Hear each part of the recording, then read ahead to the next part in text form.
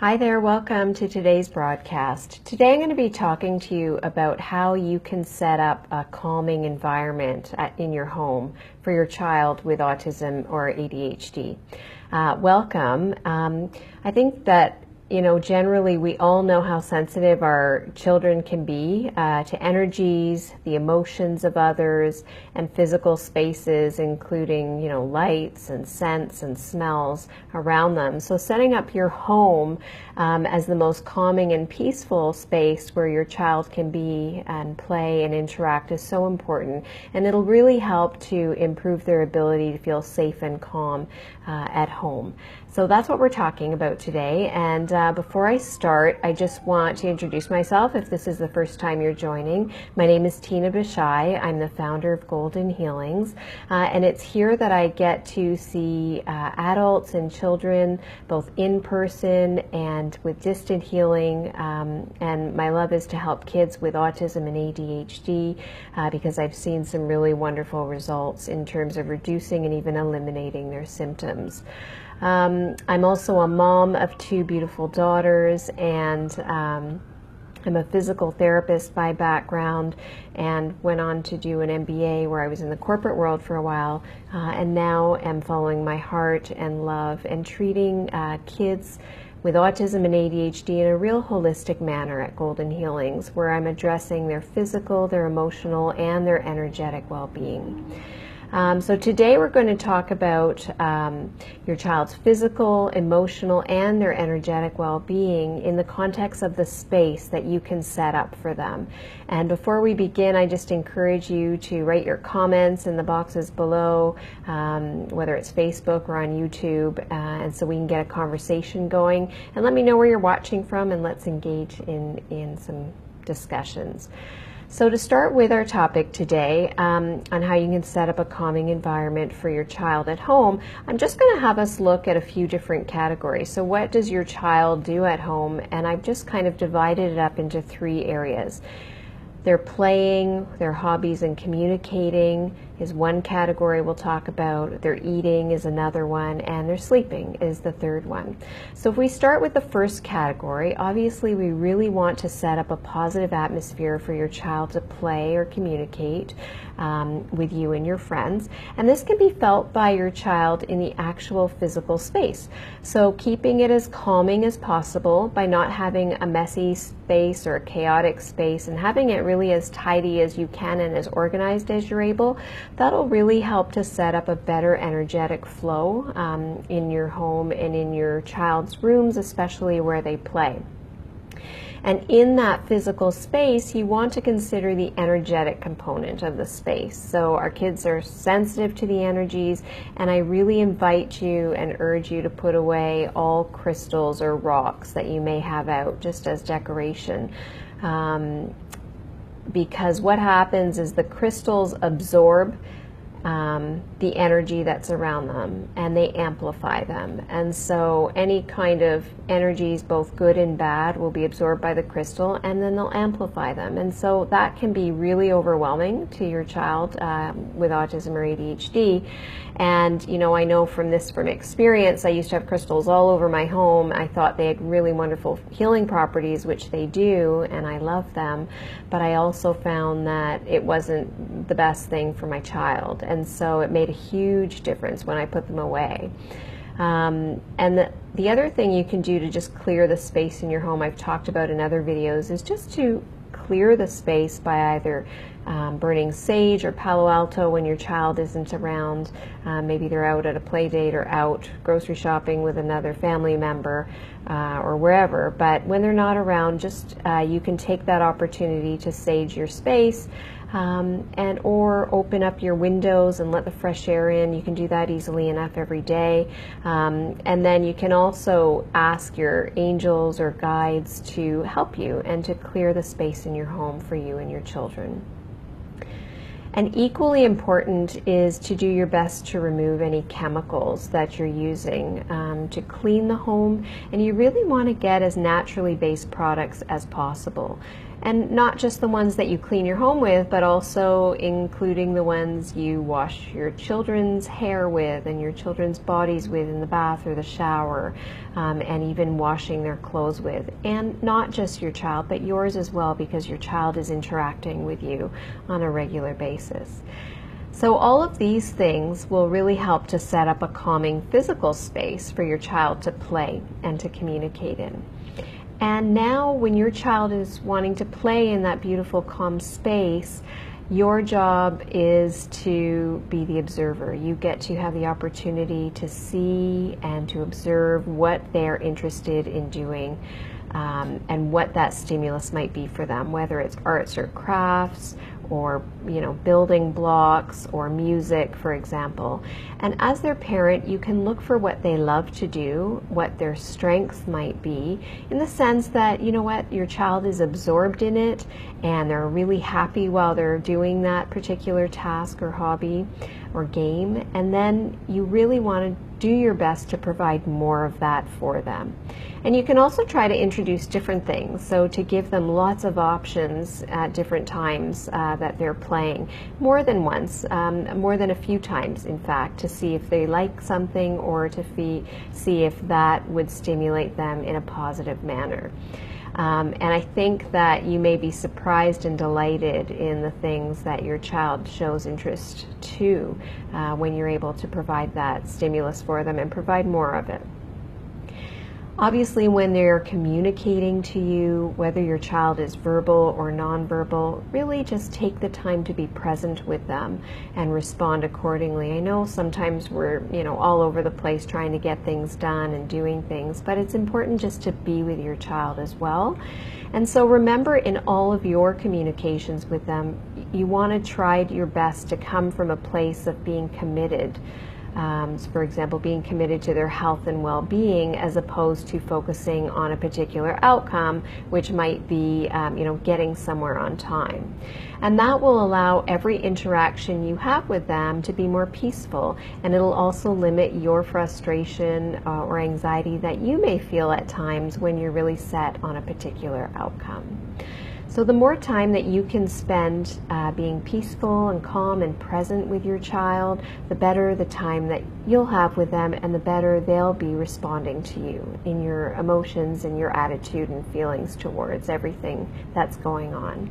So I talk about this a lot in another one of my video broadcasts called 3 Ways to Demonstrate Unconditional Love to Your Child. So you can have a look at that later on if that's something you're interested in. Another important thing to do in your communication with your child is to speak to them as the truly beautiful spirit and intelligent child that they are, and whether they are verbal or not. So let's take the example of a nonverbal child, and for example, say you have a 12-year-old child and you speak to them at a level that's more appropriate for an 8-year-old. Maybe you're even using a bit of baby talk or children's books that are younger for them, that you wouldn't usually or typically do for a child of that age. Really, I encourage you to not do that. To think that, my child is intelligent, my child is beautiful spirit, and I want to feed their soul and feed their mind with things that will encourage them and motivate them in ways that you may not think is possible. And I encourage you just to note that just because your child is nonverbal, as an example, that doesn't mean that that's the extent to which they understand you. It's not equivalent. So please don't let your perceptions of what you think your child can or can't do actually determine what they can or can't do. That can be really limiting.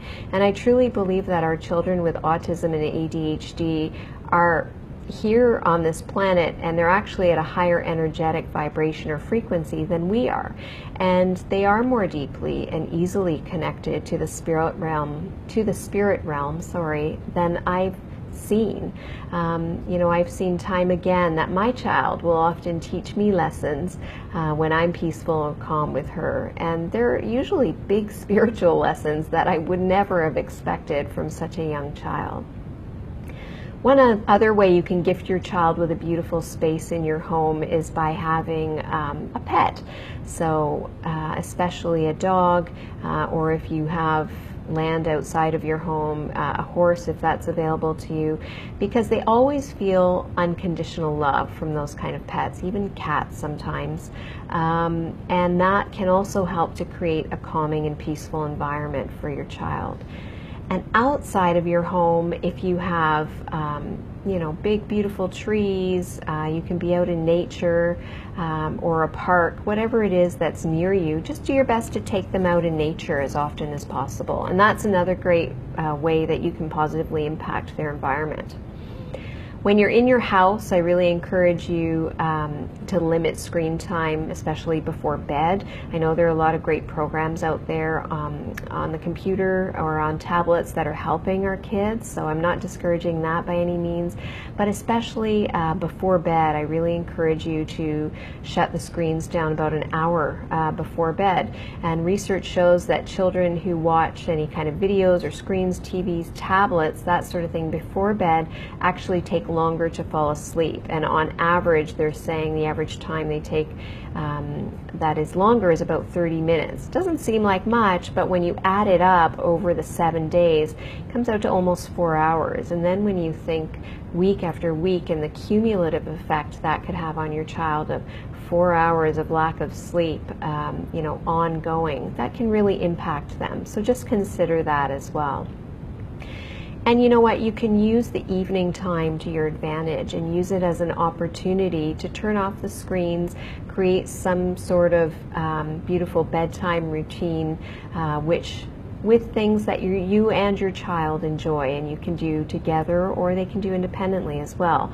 And since they are so connected to the spirit realm, it's also a good opportunity when you're in that calm and peaceful space just to read together, to sing together. I often talked with my kids about angels and unicorns and rainbows before bed, just to allow their creativity and their imaginative minds go to work. And I really find that they love that as well. Whatever works for you, it really is an opportunity for you to create a beautiful experience, beautiful bedtime routine for you and your child. And then the third category we spoke about was about eating. So our kids, we know, eat at home, and it's another opportunity for you to set up a mealtime routine. I've got a number of video broadcasts already about foods for kids with autism or ADHD, so please refer to those for really specific and informative information that you'd want to look at. I provide all kinds of information about allergies or food intolerances, how to look for them, what to do when you find them, and how to supplement your child's food intake with the nutrients that they might be missing. So I've got specific videos on that. But in addition to that information, what if we can teach our child a more conscious way of eating?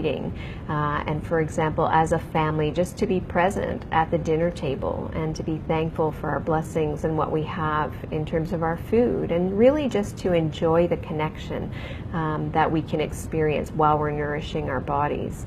And I know sometimes it's a lot easier to put them in front of the television and give them their dinner.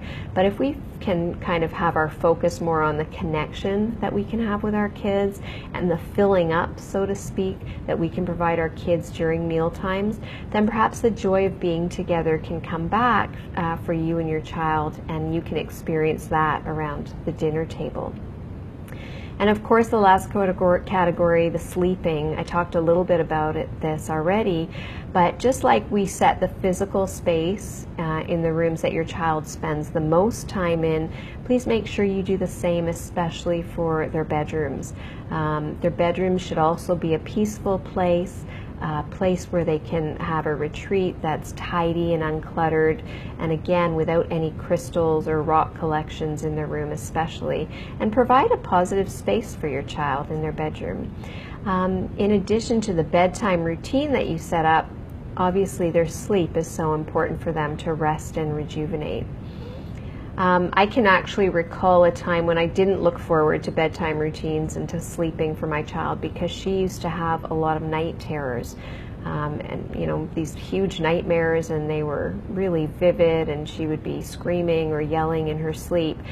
And I didn't really understand what was going on, and just around the time that I started to learn about being a shaman, and I became a shaman, I started understanding that she is so connected to the spiritual realm and to the spirit world. And then I started to understand that these night terrors were actually spirits that were trying to connect with her, because they could sense how sensitive she was and knew that they could communicate with her.